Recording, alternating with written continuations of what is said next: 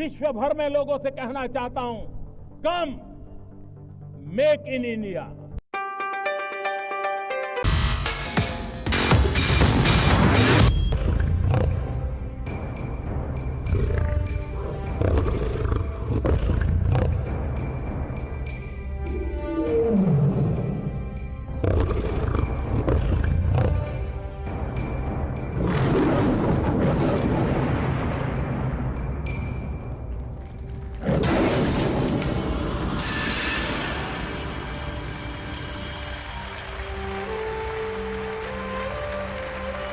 का स्वागत है इस प्रेस कॉन्फ्रेंस के लिए।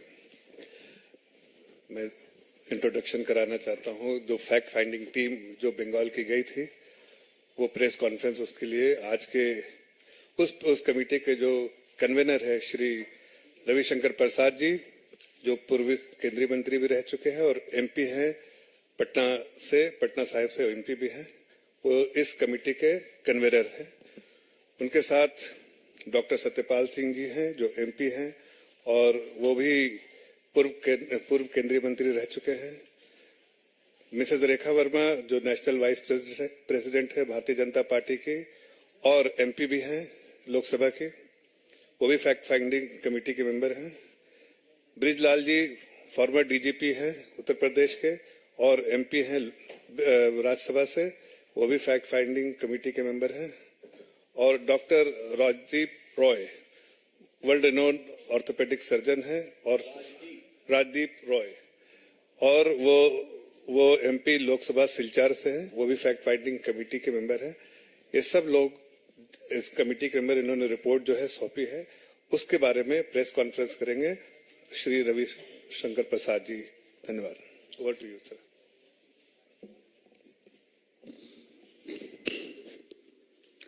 जफर इस्लाम जी, मेरे समिति के सभी माननीय सदस्य, doctor Satyapal Singh ji MP, former police commissioner Mumbai police,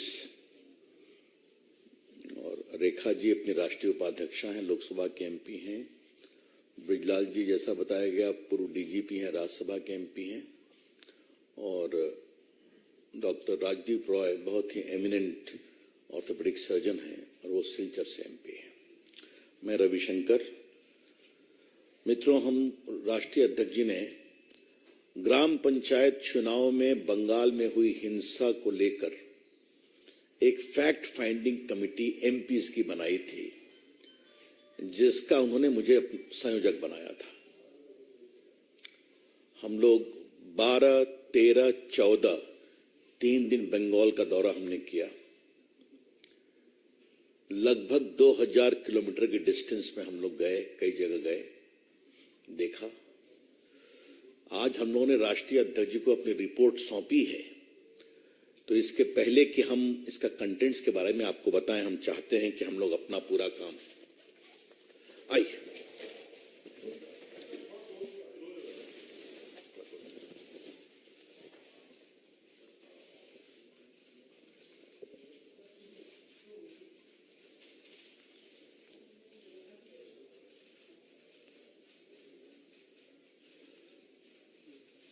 thank you.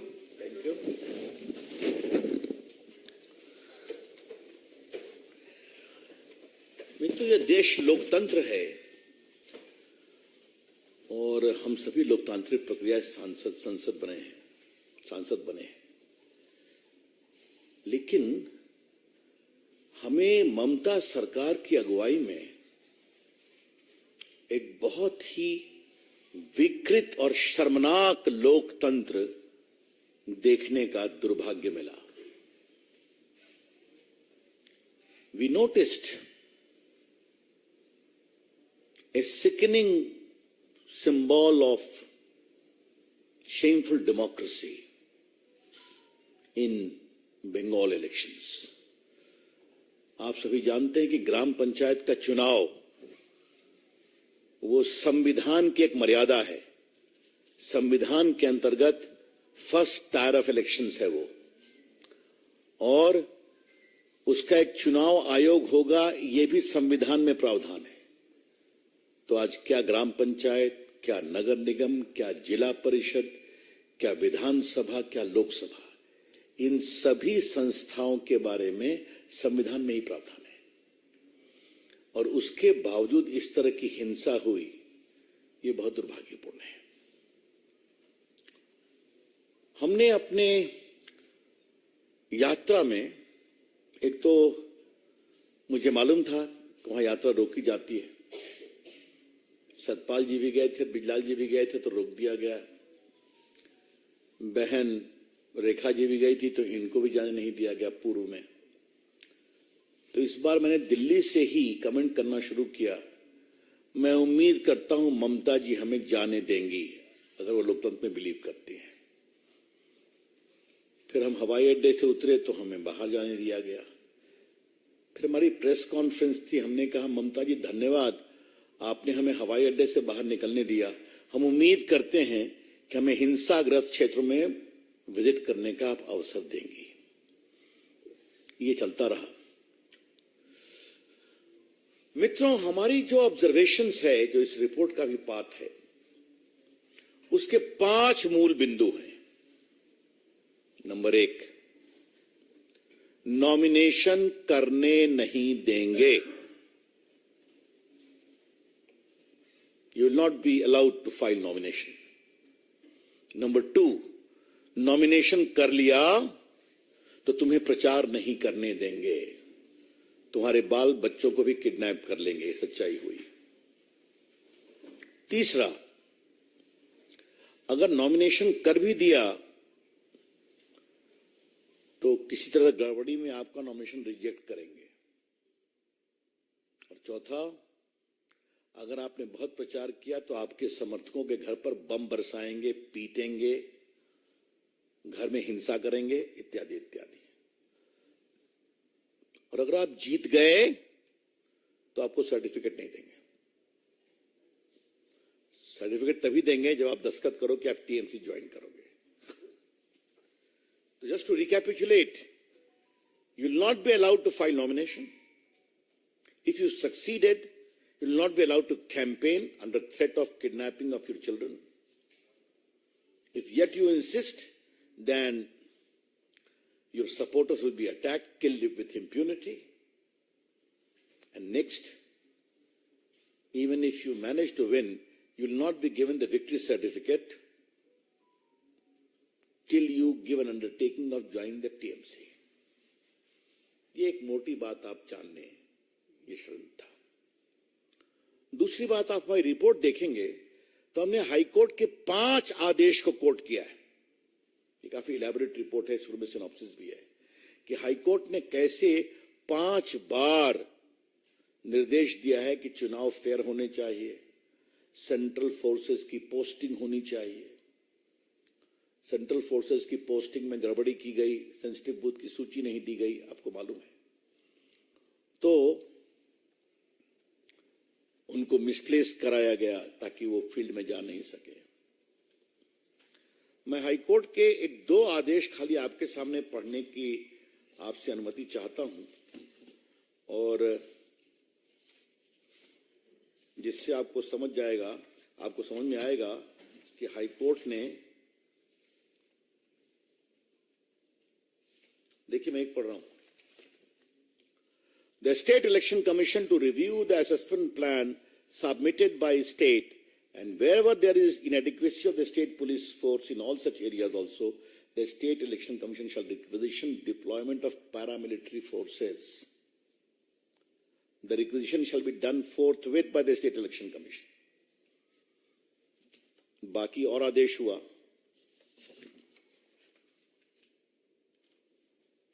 अब फिर देखिए, वो चुनाव आयोग सुप्रीम कोर्ट चला गया, समझे आप इस आदेश के खिलाफ। चुनाव आयोग सुप्रीम कोर्ट गया।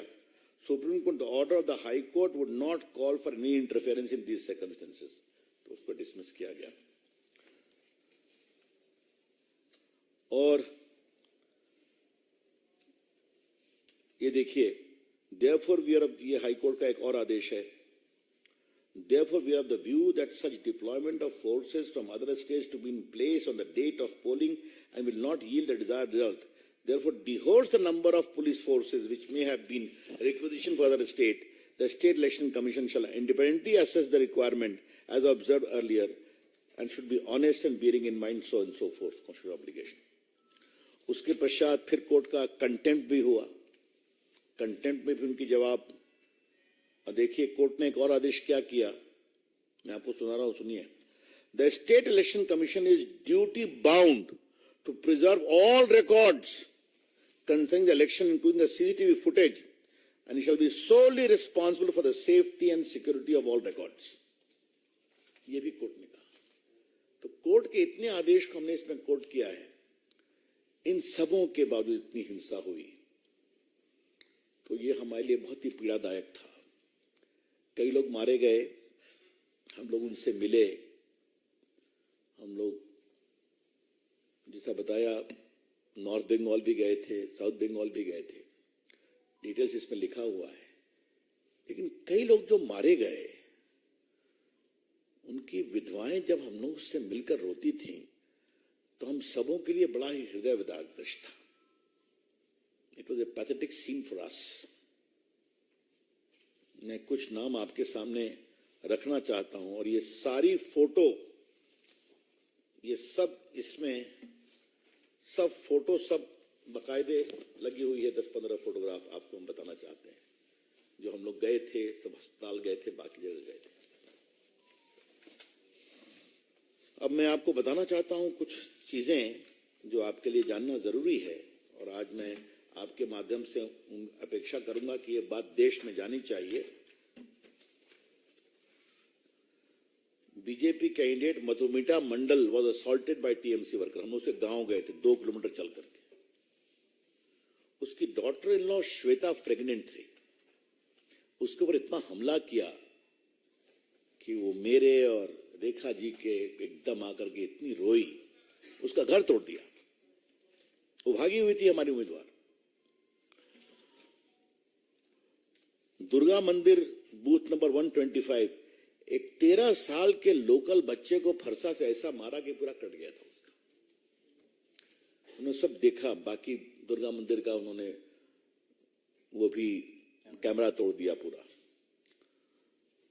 सबसे तो आपको जानकर आश्चर्य लगेगा और दुख भी लगेगा कि बूथ नंबर 179 में शांतनु पात्रा, ये सब आदिवासी हैं, अति पिछड़े हैं। वो बंगाल तमिलनाडु में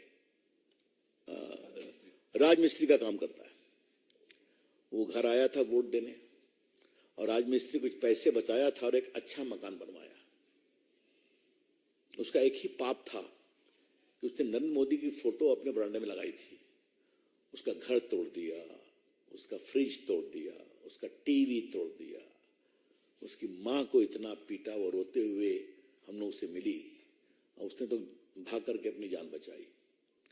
वहां से निकले हम लोग तो कम से कम 200-300 महिलाओं ने हम समूह घेर लिया, और बंगाली में बोल रही थी। हम लोग समझे कि हमारी जान बचाइए। टीएम वर्कर कहते हैं चुनाव हो गया, अब खेला हो गया। और तो ये जो खौफ का माहौल, overpowering fear, has become the hallmark of this election. और क्या पुलिस, क्या इंचार्ज थाना, क्या बीडीओ, इन सबों ने मिलकर कोऑपरेटिव इलेक्शन कमीशन, इसने फैसिलिटेट किया सारे को। तो ये बहुत पीड़ादायक लगा, हम लोगों ने देखा जागा करके। आपको बताऊं, हम लोग, आप लोग मीडिया के लोग हैं, हम लोग बासंती गए थे, वहां सब जुटे थे हम लोग अपनी व्यथा कहने के लिए। तो उन्होंने कहा बंगाली में, all the media go out. तुमने क्या हुआ समझाने की कोशिश की, तो कहा जब हम पिट रहे थे लोग कोई आया नहीं, अब आपके साथ आया है। तो मीडिया के लोगों ने भी हमसे कहा जेंटली कि सर हम लोग भी कहां जाने की हिम्मत कर पाते थे, तो रास्ते में रोक लेते थे। यह हाल था। अब आपको बताते हैं, कनिका बर्मन इतना रोई हम लोग के कंधे पर। उसके पति जयंतो बर्मन को बंजारपुर में मार दिया गया। Resident of Bajarpur, Harihat, Baksihat, Cooch Behar were brutally beaten to death. और एक और हैं मेहताब विश्वास की family, booth number 38 Falimari GP. सुबह 6 बजे उसको मार दिया क्योंकि वो काउंटिंग एजेंट था। ये उसका इतना बड़ा बेटा मुश्किल से 5 साल का उसकी पत्नी से मिले, उसके बूढ़े पिता से मिले। ये मैं बातें आपको इसलिए कह रहा हूं कि, और एक कृष्णा बर्मन, उनको इतना मारा कि उनको दाहिने आंख की रोशनी चली गई है। और जब हम लोग मिशन अस्पताल में मिलने गए तो उन्होंने कहा कि हमारे घर पर अभी भी हमला हो रहा है क्योंकि आप लोग हमसे मिलने आ रहे हैं। और एक हमारा, ये दिखाऊंगा आपको, ये देखिए, उसको इतना मारा गोली से कि उसके पूरे पेशाब की सिस्टम गड़बड़ा गया। और उसकी पत्नी ने बाहर निकलते हम लोग को बिल्कुल लिपट के रोने लगी। सब फोटो इसमें है। ये क्या हो रहा है ममता जी? ये क्यों हो रहा है? What is this? It is condemnable. ये देखिए, ये वो जो हमारी श्वेता दास थी, उसके ससुर को देखिए, रो रहा है हम लोग के सामने। और देखिए कैसे घर तोड़ते हैं। ये देखिए, सब फोटो है, पूरा घर तोड़ दिया। इसको देखिए। और ये जो माधव दास के पिताजी थे, हम लोग उसके पास गए थे, तो बहुत पीड़ादायक है। ये हम लोग को इतना दुख लगा। ये देखिए, ये सब बेवाएं हम लोग के रो रही हैं गणतंत्र, हम लोग का कमर पकड़ कर करके, हाथ पकड़ करके।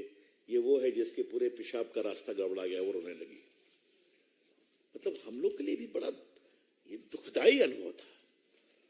हम लोग सभी एक्टिविस्ट हैं, मैं तो पुराना एक्टिविस्ट रहा हूं, लेकिन इस तरह से हिंसा होती है क्या? इस तरह से दलित, अति पिछड़े, आदिवासी पर हमला होता है क्या? कोई सुनवाई नहीं। केस अगर किया, कॉम्प्रोमाइज करो, स्ट्रेट अवे कॉम्प्रोमाइज करो।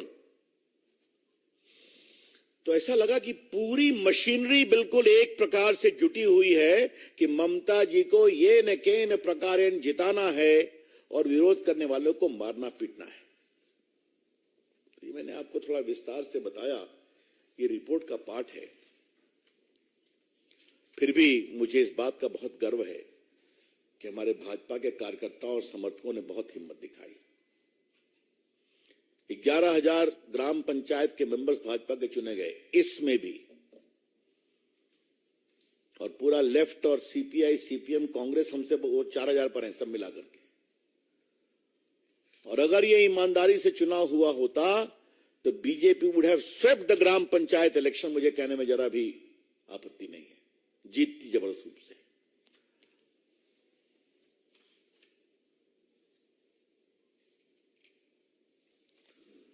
आजकल बहुत चिल्ला रहे हैं इन पर, मणिपुर पर। दुर्भाग्यपूर्ण है, सरकार कार्रवाई कर रही, आगे करेगी।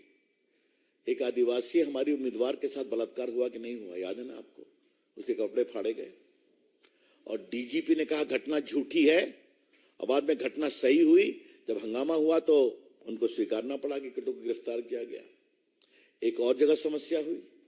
आज सुबह खबर आई है कि 13 साल के लड़के के साथ रेप हुआ है।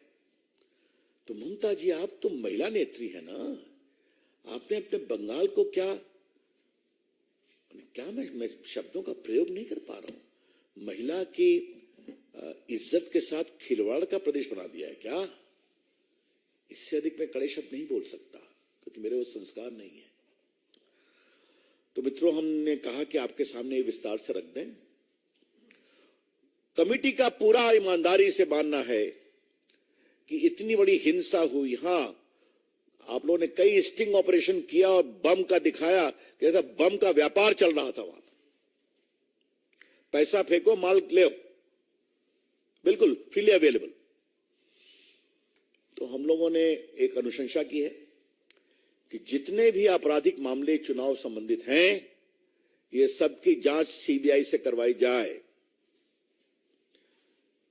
The fact-finding team, in its recommendations, has demanded that because of the complicit biased nature of the Bengal police and administration, it is only appropriate that all these cases should be investigated by the CBI. और दूसरा, चूंकि बम का भी बहुत case है, तो ये scheduled offence है।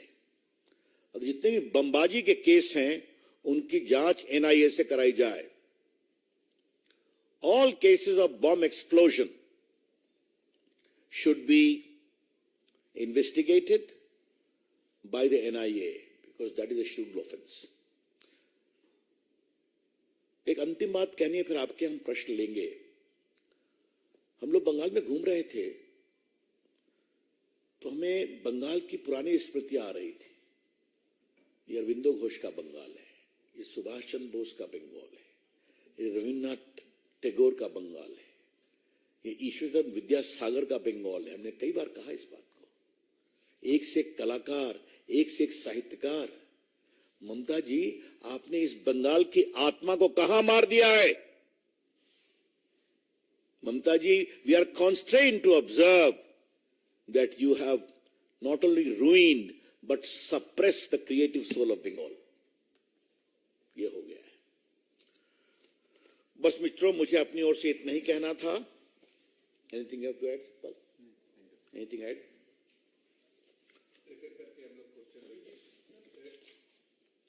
और मैं आपसे एक आग्रह करूंगा विनम्रता से, कृपया करके इस रिपोर्ट को बढ़िया से छापिए, टीवी में दिखाइए। देश को जानना जरूरी है कि लोकतंत्र बंगाल में समाप्त हो गया है। बिल्कुल।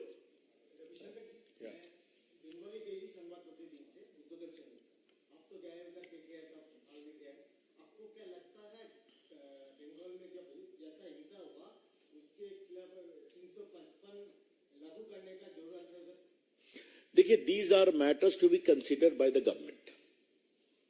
क्योंकि हम लोग फैक्ट फाइंडिंग टीम के थे, इसलिए हम लोग को फैक्ट प्रस्तुत करना था और आगे क्या होना चाहिए। As far as 355 is concerned, surely there is a very deepening concerns of deep anxiety of failure of constitutional machinery, but this way government will take a ball. Next.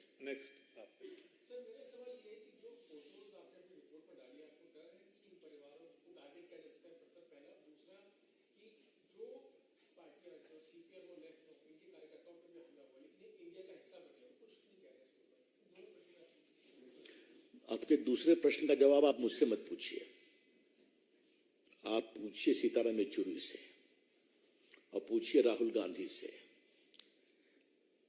एक हमारे अधीर चौधरी बेचारे कुछ बोलते हैं, पिटाई तो उनके भी कार्यकर्ताओं की हुई, हिंसा उन पर भी हुई है। और हमने ये भी मालूम किया, जो बार बार टीएमसी की बात करते हैं ना, वो आपसी गुटबाजी के कारण हुआ है, जान लीजिए आप। हाँ, बड़ा सवाल ये है कि जिस तरीके से ये हो रहा है, उस पर देश खामोश क्यों रहे और कब तक रहे? मतलब देश के लोकतंत्र, और याद करिए ममता जी क्या बोलती हैं, क्या पटना क्या बेंगलोर में नरेंद्र मोदी अनडेमोक्रेटिक हैं, इसलिए एक आना जरूरी है। और ये है ममता जी के डेमोक्रेटिक चरित्र की सच्चाई। क्या मतलब है इसका, ये भी जानना जरूरी है।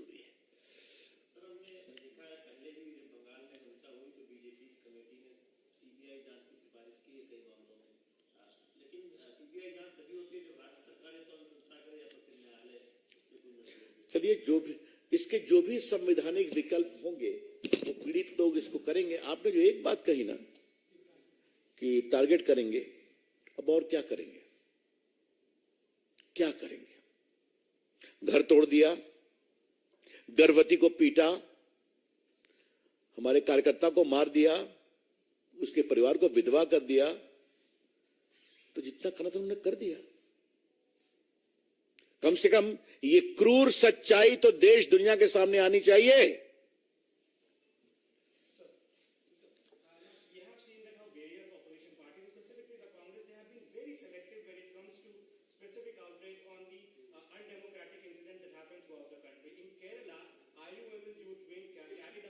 I will reply separately. Anything on this report?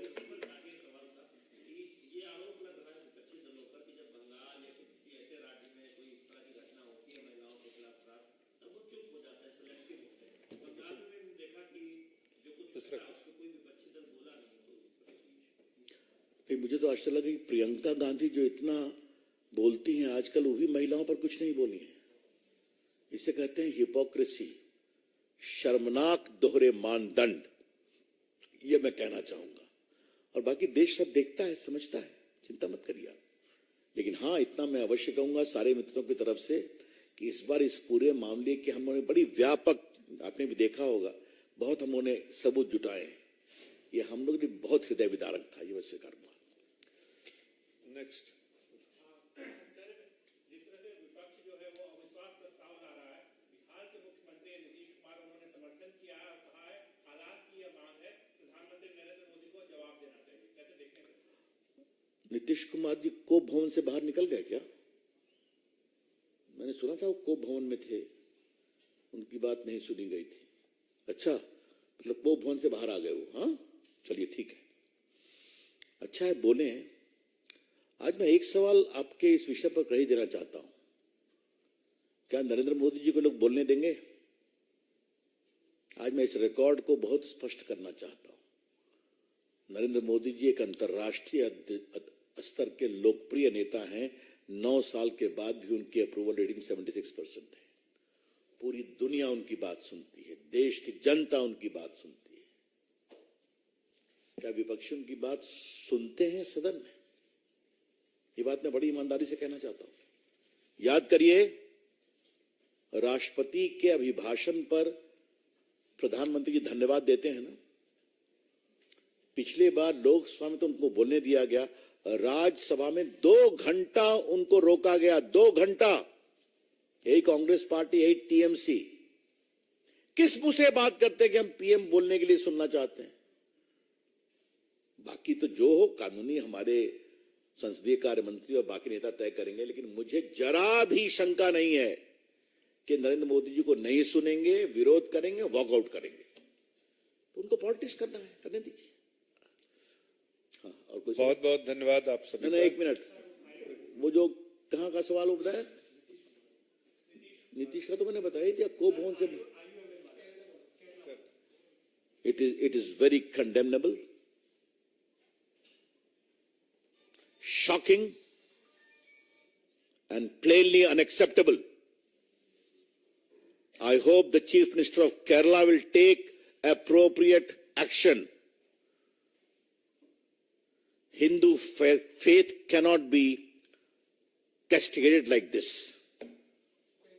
मैं उम्मीद करता हूं कि केरला के मुख्यमंत्री कार्रवाई करेंगे जल्द से जल्द। इस तरह से हिंदू फेथ के बारे में हल्की बात नहीं की जानी चाहिए, इसके बहुत ही भर्त्सना करते हैं। हाँ, तो ये बात आप राहुल गांधी से पूछिए। वैसे मैंने बार बार इस बात को कहा है, इस मंच से कहा है। आज आपने एक सवाल पर, राहुल गांधी को हिंदुस्तान की राजनीति की कितनी समझदारी है, इस पर कभी विस्तार से चर्चा करेंगे। हाँ, धन्यवाद।